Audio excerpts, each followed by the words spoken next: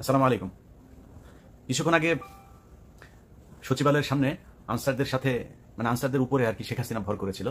Doctor ইউনূসকে সরিয়ে দিয়ে তারপরে শেখ হাসিনা আবারও ক্ষমতায় বসবে। এতদিন শেখ হাসিনার যে চোর বাটপাড়া বাংলাদেশকে চুরি করে রিজার্ভ সব শূন্য করে দিয়েছে, তারা আবারও নতুন করে ক্ষমতায় আসার স্বপ্ন দেখছে। তো আওয়ামী লীগ, শেখ হাসিনা বলেছিলেন আওয়ামী লীগ কখনো পালায় না। আসলে আওয়ামী লীগ পালায় না। আওয়ামী লীগ এখন বিভিন্ন জায়গায় মজুদ হয়ে আছে। কখনো হিন্দুদের উপরে ভর করছে, কখনো দৌলতদিয়া ঘাটে ভর করছে, আজকে আনসারদের উপরে ভর করেছিল। ভর করে তারা ক্ষমতায় আসবার আবার এই দিবার স্বপ্ন দেখছে। এই স্বপ্নটা অবশ্যই আওয়ামী লীগ দেখে না। আনসারের যারা আজকে এই জায়গায় এসেছিলেন তারা সহ যাদের উপরে ভবিষ্যতে আওয়ামী লীগ ভর করার চেষ্টা করবে, তাদের ব্যাপারে খুব পরিষ্কার একটা মেসেজ দিয়ে যায়। এটা কোনো বিশ্লেষণ বা কোনো কিছু না, একদম প্র্যাকটিক্যালি যা ঘটছে সেইটা নিয়েই আপনাদেরকে শুধু কিছু নমুনা দিয়ে যায় সামনে। দেখেন, এই গেল 15 বছরে শেখ হাসিনা শুধু নিজে বিপদে পড়ে নাই। শেখ হাসিনা পুরো বাংলাদেশে তার আসলে তার পক্ষে রাজনীতি করুক, তাকে পছন্দ করুক আর নাই করুক, তার দলের সাথে সম্পৃক্ত তো ছিল। অন্তত ধরেন 1 কোটি মানুষ তার দলের সাথে সম্পৃক্ত ছিল। এর মধ্যে ধরেন কয়েক লক্ষ নেতাকর্মী সরাসরি তার হয়ে কাজ করেছে।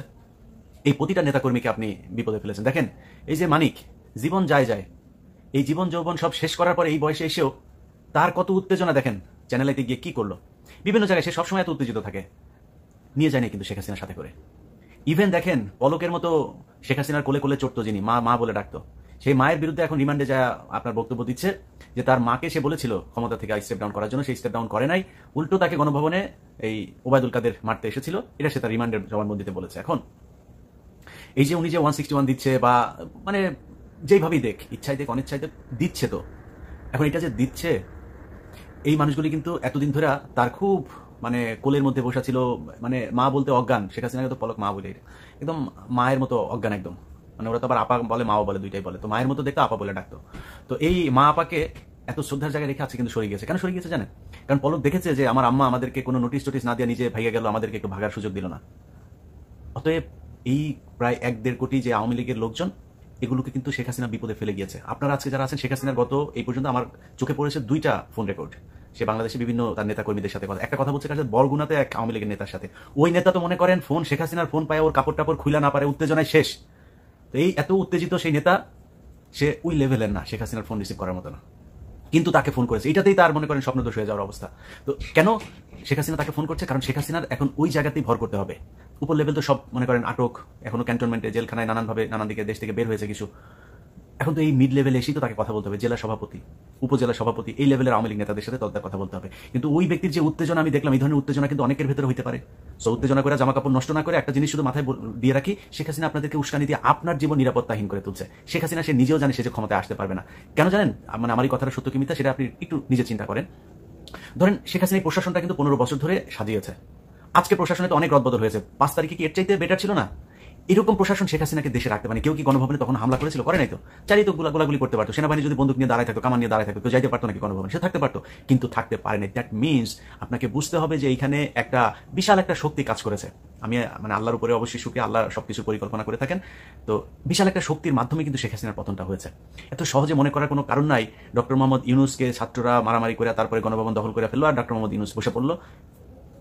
এত সরলীকরণ করলে কিন্তু ভুল করবেন। দেশ এখনো কোন দিকে যায়, কি হয়, সেটা নিয়ে অনেক কিছু দেখার আছে আমাদের। যেটা আমি ব্যক্তিগতভাবে যে স্বপ্ন দেখি, যে ভারতের বিরুদ্ধে একটা সরকার থাকবে যারা ভারতকে কড়া জবাব দেবে। সেটাই দিচ্ছে ডক্টর মোহাম্মদ ইউনূস। আমি হ্যাপি, আমার কোনো সমস্যা নাই। যারা উপদেষ্টা আছে তাদের নিয়ে আমার কোনো সমস্যা নাই, আমি চাই এরা দেশ চালাক। তো ধরেন এই সরকারটাকে যে 5 তারিখে তারা সরাইতে পারেনি, এখন আজকে এসে আরেক মাসের 5 তারিখ হইতে যাচ্ছে, তখন আনসারদেরকে দিয়ে সচিবালয়ে অঘটন ঘটায় সরকার পতন করে ফেলবে। এই স্বপ্ন কিন্তু দেখা কাপড় চোপড় নষ্ট করেন না। তো আমি এই কথাটা বলার জন্যই আজকে আপনাদেরকে এই ভিডিওটা শর্ট তৈরি করা, যে এই পর্যন্ত যত মানুষকে শেখ হাসিনা নতুন করে এইভাবে করার চেষ্টা করছে, আপনার দেশের পরিস্থিতি ঘোলাটে করার চেষ্টা করছে, তারপর আপনাদেরকে বোঝাচ্ছে যে হ্যাঁ এরকম করবা, এরপরে তোমার পেছন দেখবা সেনাবাহিনীর কামান টামান সব চলে আসছে, এসে দেখবে ডক্টর মোহাম্মদ ইউনূসের সাথে যুদ্ধ করা শুরু করে দিয়েছে, আবার আমাকে দেশে নিয়ে গেছে। এই স্বপ্ন যাদেরকে দেখাচ্ছে তাদের জন্য এই কথাগুলো বললাম, যে শেখ হাসিনা না অবস্থা দেখেন না, ভারতেও কি হয় সেটাও দেখেন। আপনাকে আবারও বলি, বাংলাদেশের আজকের যে পরিস্থিতি, এটা খুব সহজভাবে এই জায়গায় চলে আসে নাই। হেফাজতের 5ই মের রাতে 10 লক্ষ 15 লক্ষ মানুষ ঢাকায় ঢুকে নাই।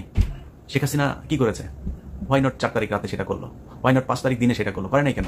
কিসের জন্য করে নাই? কিছু একটা আছে, ব্যাপার কিছু একটা আছে। সেগুলো নিয়ে বিস্তারিত আলাপে যাইতে চাই না। আলাপ একটাই, সেটা হচ্ছে আপনার উপরে যেন আওয়ামী লীগ আর ভর করতে না পারে। এই ব্যাপারে খুব সাবধানে থাকতে হবে। আপনি ব্যক্তিগতভাবে ক্ষতিগ্রস্ত হবেন, আনসারে চাকরি করেন, তারপরে হিন্দু যারা এর আগে ভর করতে দিয়েছিলেন আওয়ামী লীগকে, আপনাকে এলাকায় ফিরে যেতে হবে, আপনার এলাকায় মুসলমানদের সাথেই আপনাকে থাকতে হবে। সো তাদের সাথে সম্পর্কটা কেমনে ভালো করা যায় সেই ব্যবস্থা করেন। আমরা মিলেমিশে সম্প্রীতি নিয়ে থাকতে চাই। হিন্দুরা আমার ভাই, আনসাররা আমার ভাই, পুলিশ আমার ভাই, সবাই আমার ভাই। যারা সরাসরি হত্যাকাণ্ডের সাথে সম্পৃক্ত না হয়েছেন তাদের কোনো সমস্যা হবে না, আপনারা মেনে নেন। এটা মেনে যদি না নেন তাহলে পরিস্থিতি আরো ভয়ানক হবে, আরো খারাপ হবে। আজকে যে আনসারে গিয়েছেন, আপনাদের তো এখন ক্যামেরা ফুটেজ দেখে দেখে আপনাদের বিরুদ্ধে ব্যবস্থা নেবে, কি করবেন? আপনাদের বস এসে বাঁচাবে? আপনার বসের সমস্যা আছে?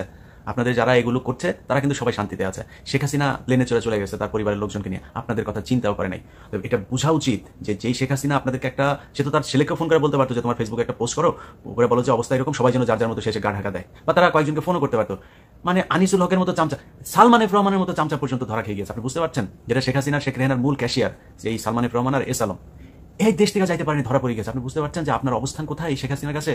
সে বাংলাদেশে তার বাপের হত্যার প্রতিশোধ নিতে এসেছে, বাংলাদেশকে সে আরেক দেশের হাতে তুলে দেওয়ার জন্য এসেছিল, বাংলাদেশ করতে সে আসে নাই। এক একটা প্রকল্প এই যে দেখে যাদের অনেকেই বলে থাকেন যে অনেক উন্নয়ন হয়েছে এই সেই, আর একটা উন্নয়ন কি শেখ হাসিনার বাপের টাকা দিয়ে হয়েছে, আমার বাপের টাকা দিয়ে হয়েছে, তোমার বাপের টাকা দিয়ে হয়েছে, শেখ হাসিনার বাবার টাকা দিয়ে। শেখ হাসিনা এখানে এক এক প্রকল্প থেকে 5 বিলিয়ন 10 বিলিয়ন করে তারা হাতিয়ে নিয়েছে। দেখেন সবশেষ এই যে নিজেরা পোড়াইলো, পোড়ায় কান্নাকাটি করলো, মেট্রো রেল টেল সব পুড়িয়ে দিয়েছে, এই সে বললো, বলে তারপর কি করলো? সেটাকে ঠিক করতে 1 বছর সময় লাগবে, 300 কোটি টাকা লাগবে, ধরা শেষ, মানে ক্ষয়ক্ষতির পরিমাণ জানা শেষ, 300 কোটি টাকা খরচ হবে। কয়দিন হলো? 20 দিন হয়েছে। ইউনূস সরকার মেট্রো রেল আজকে থেকে চালু করেছে, 300 কোটি টাকা লেগেছে। তো এইভাবেই লুটপাট হয়েছে গত 15 বছরে। এক রূপপুর পারমাণবিক কেন্দ্র থেকে $5 বিলিয়ন নাই। তো এটার জন্য আপনার মাথায় রাখতে হবে যে শেখ হাসিনা এই দেশ গড়তে আসে নাই, এই দেশ ধ্বংস করতে এসেছে। ও এই দেশের শত্রু, এটা মাথায় রেখেন আর নিজের প্রতি খেয়াল রাখেন।